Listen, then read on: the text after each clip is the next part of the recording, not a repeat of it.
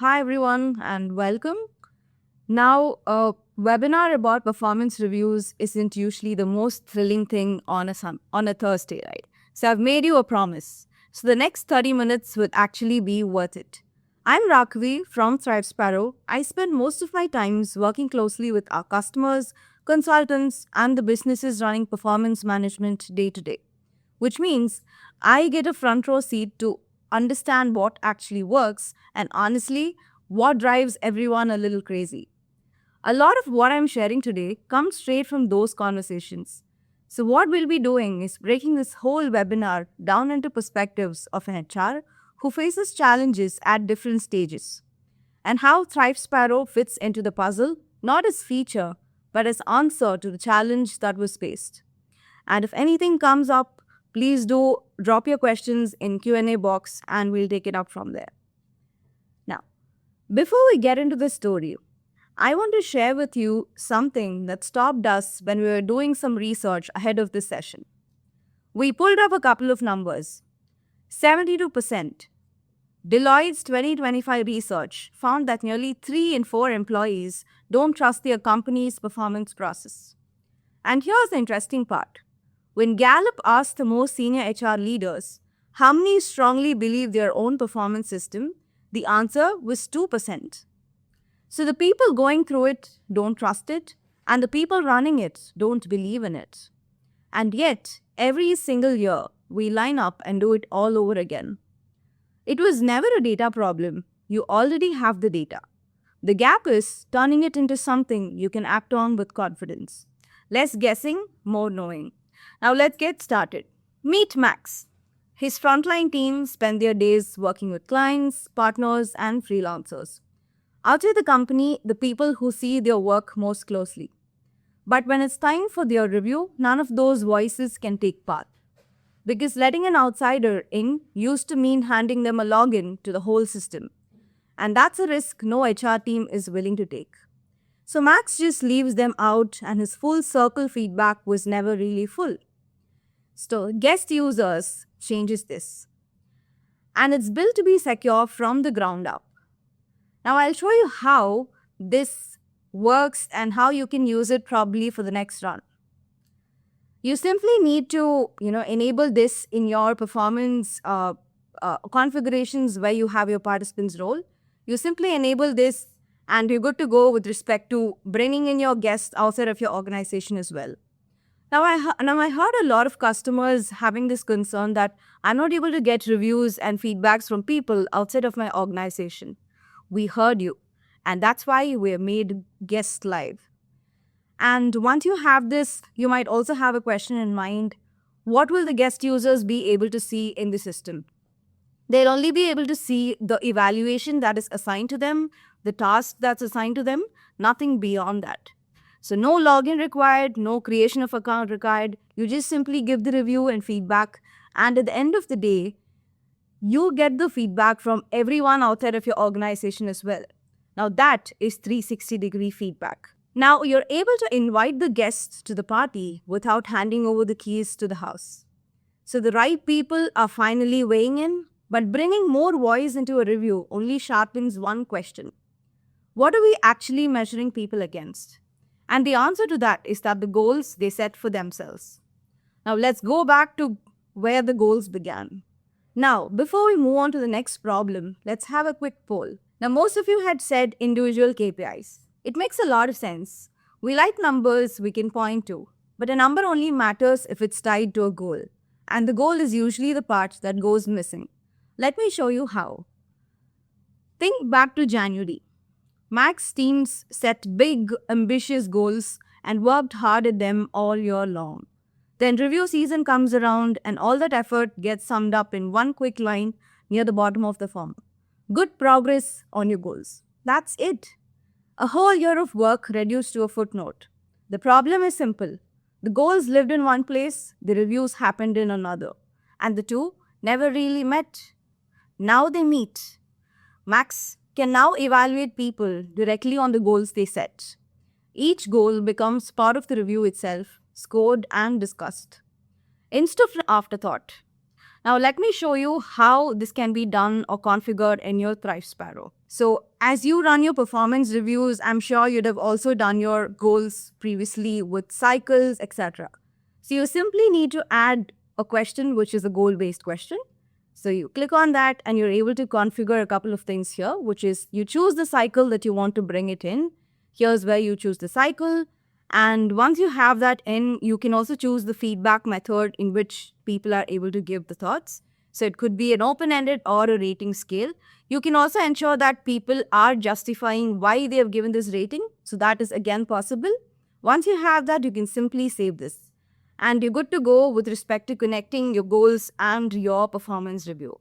Now, people will actually be rating you on the goals that you have set previously, not simply based on the gut feeling or what they feel like, right? Now, let's also look at what people can view when they take the assessment or probably give the review. As you can see, the first question, this is a goal-based question. So when you simply click on this goal, you'll also be able to see the associated goals and the task which is for that specific parent goal. Right? So you can look at the data, you have the evidence, and based on this, you can definitely give the rating. So it's all backed with evidence now. So this is what you can now do with goals and performance being connected. And it becomes super easy and super important for people who have set their goals at the beginning of the year, but they were never judged based on the goals that they set, right? So that becomes super important for them. Now, the review is fairer to the employee, clearer to the manager, grounded in real outcomes instead of opinions. That's how a review earns a trust. There's a catch. He gets every single cycle. Even the fairest review means nothing if people never take the time to complete it. Now, Max's team is always on the move. In and out of meetings, out with customers, rarely sitting at a laptop. So every review cycle, the same thing happens. People mean to do the performance review, but the email gets buried under 50 others. So they could log into the desktop, but that can only happen when they are back at their desk. And it slips to later. And that later never comes. So Max spends the whole cycle chasing. It's not that his people don't care. It's that the review only ever lived at a desk. So, the mobile app. Now, the app in itself isn't new. A lot of you already use it, but we heard you. Performance was the one thing you kept asking to have on there, and now it's finally in. So we have brought performance module right into the app.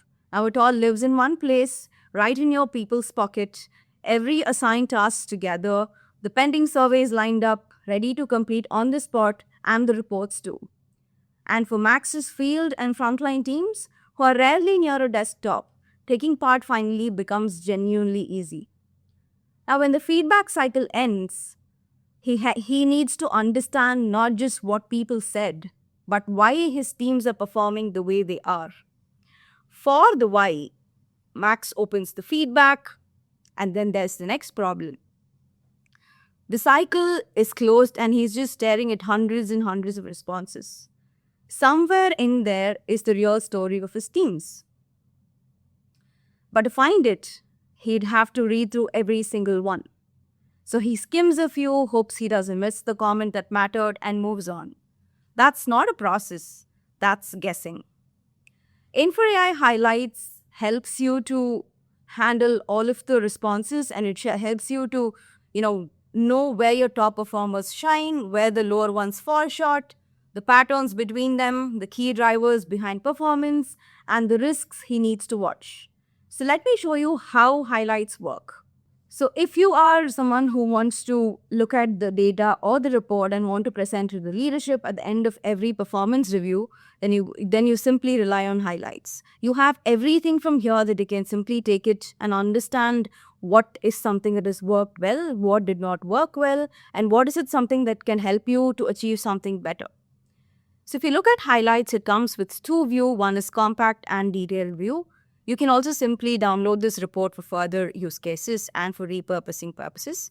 And if you look at the top 5 topics that gets highlighted here are positive outcomes, which talks about what your high performers are where they are excelling. Secondly, it's areas of improvement. It helps you understand where your low performers are consistently not performing well. And potential risk helps you understand, gives early warning signs as to where people are misaligned or not aligned with the team.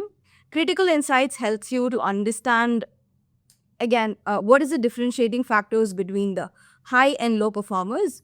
And key drivers helps you to understand what is the driving force behind the overall performance, right? So these major topics are highlighted in this, and you can also simply create a topic of your own. You just need to give the prompt and you generate the content, right? And this is a default highlight that comes with every performance.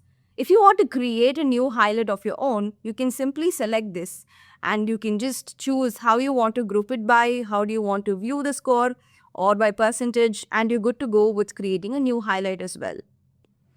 On top of this, let's say you find a highlight, like let's say areas of improvement, and you want to assign it to a specific person, you can also use action plans to close the feedback loop. So it doesn't just remain as the data that you have consumed, but it also goes back to the people and the feedback is closed.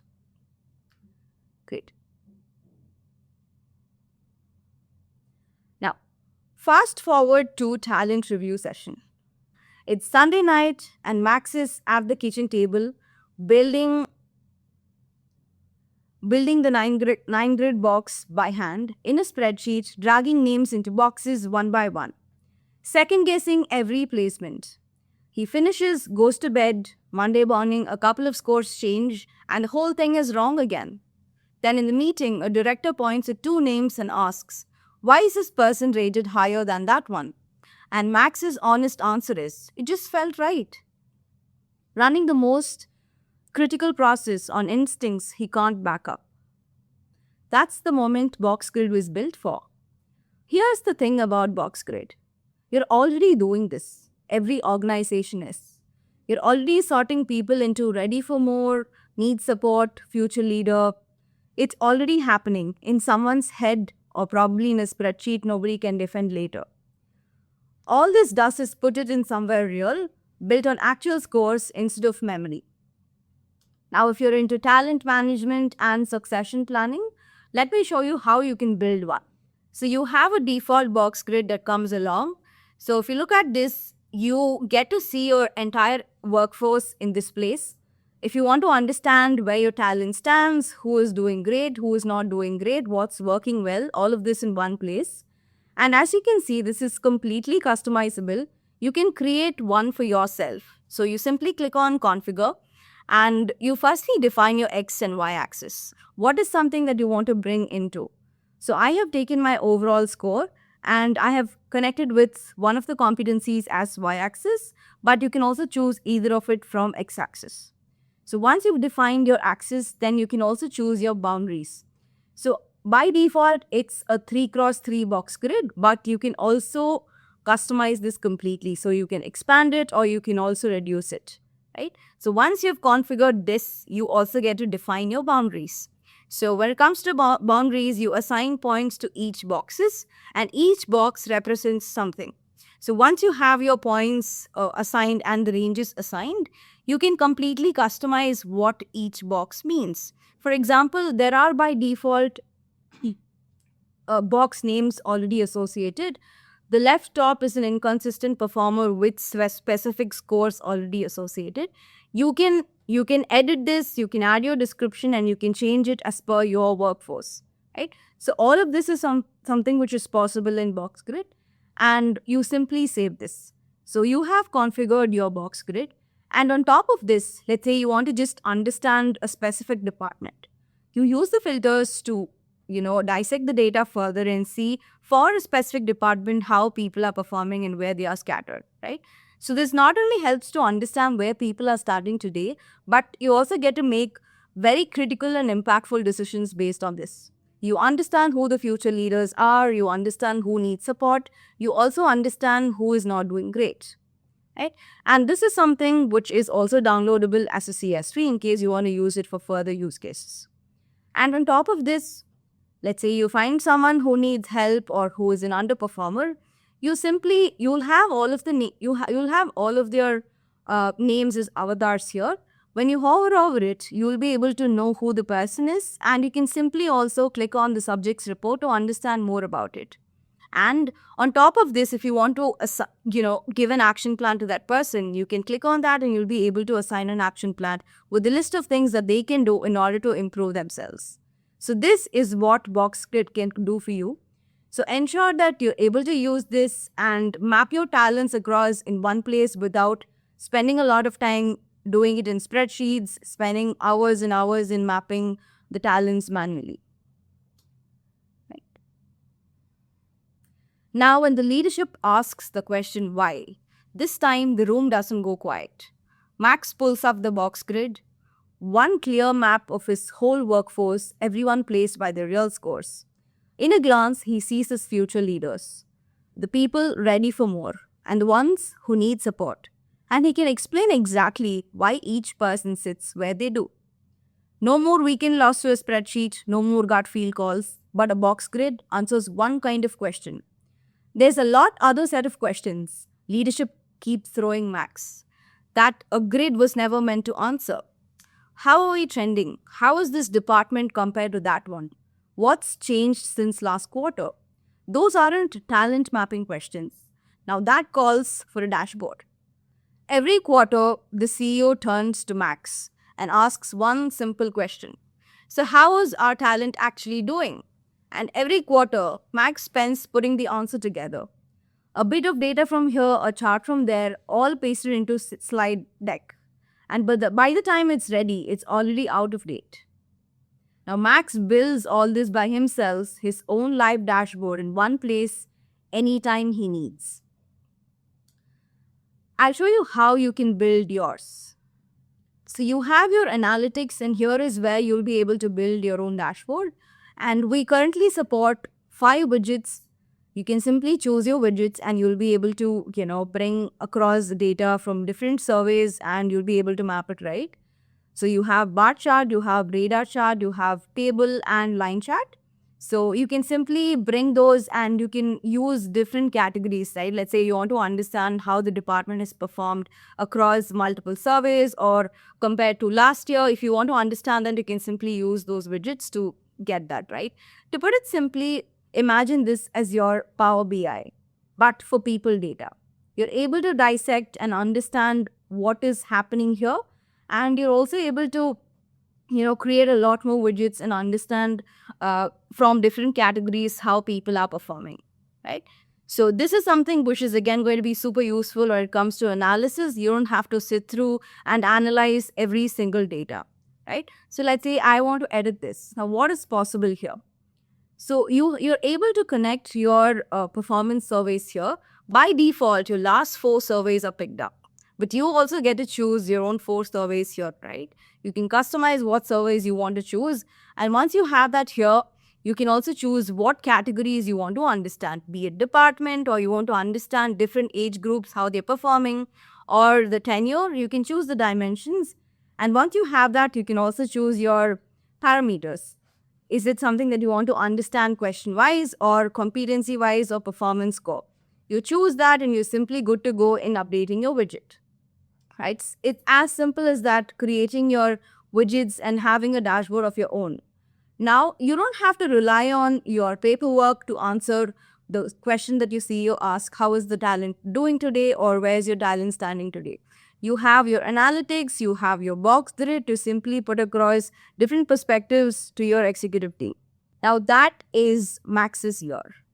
The outside voices that were missing, finally in. The goals that became a footnote, now the heart of the conversation. The review that never got done, now done from anywhere. Hundreds and hundreds of responses, read in an afternoon. The Sunday night spreadsheet, gone. And the CEO's question, answered live. One system, not 6 features. Remember those 2 numbers. 72% of employees don't trust it, and just 2% of HR chiefs believe it works. You don't fix that with a nicer slide. You fix it by changing what the process is made of. That's the shift. Not more data, more knowing. So that brings us to the end, and this is what we're recently shipped. We have got a whole lineup of features rolling out soon. So before we open it up to questions, one last poll for you. Great. So of everything you saw today, which one would move the needle most for your team, right? So whichever features you think is possible. Okay, great. I can see the numbers now, which is the mobile app, which is amazing to know. Getting people to actually take part makes sense. That's where it all starts, right? So if someone can give the review because they're able to use it, use the mobile and give the review, which is great. So nothing else works if the review never gets done. So let's start off with mobile app. And whatever you have picked, that's a great place to start exploring the module in your account and see firsthand how it can benefit you.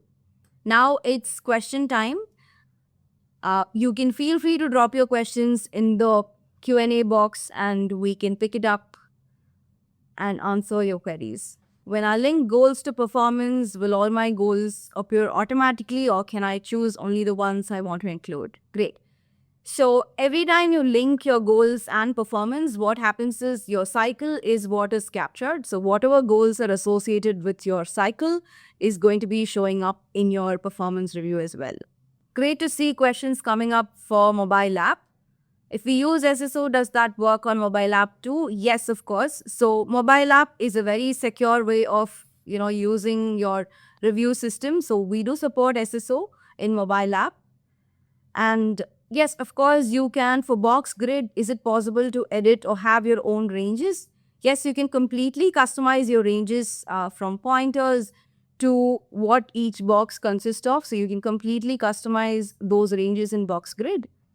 Will the box grid also be available in the subjects report? Yes. This will also be part of the subjects report. You just need to configure it to ensure that it reflects in the report. Yeah, of course, it's super important to have them because they also understand how or where they stand. All right, I think that's most of what came through. Thank you so much for spending your 30 minutes with us and keep an eye out for what's coming next. There's a lot we are excited to show you. Until then, take care.